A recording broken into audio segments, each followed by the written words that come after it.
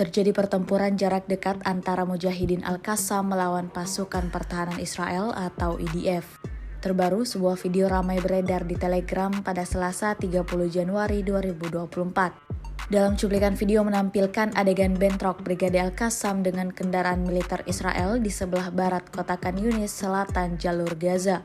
Tampak sebuah ledakan yang berhasil dikirimkan pejuang Palestina ke arah kendaraan militer Israel tersebut. 3 tank Merkava dan kendaraan lapis baja Israel hancur total diledakkan dalam jarak dekat. Hal ini tentu membuat serdadu Israel alami kerugian. Pasalnya, tidak hanya satu kendaraan militernya jadi korban ledakan Brigade Al-Qassam. Terbukti pada menit awal video terlihat pula satu bangkai kendaraan militer yang diduga milik Israel hangus terbakar. Diketahui peristiwa ini berlangsung selama pertempuran banjir Al-Aqsa.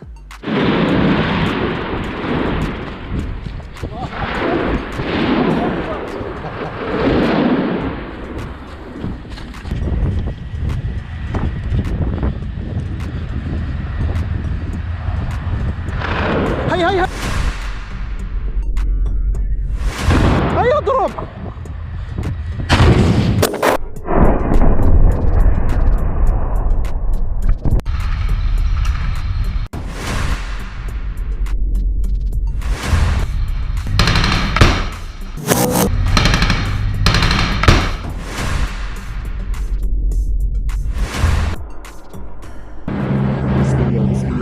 بسم الله يا رب كبر لنا يا رب الله اكبر الله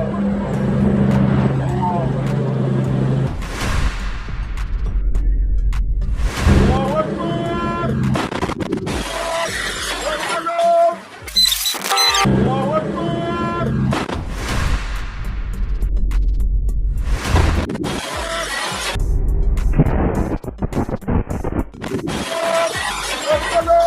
Download Tribun X sekarang, menghadirkan lokal menjadi Indonesia.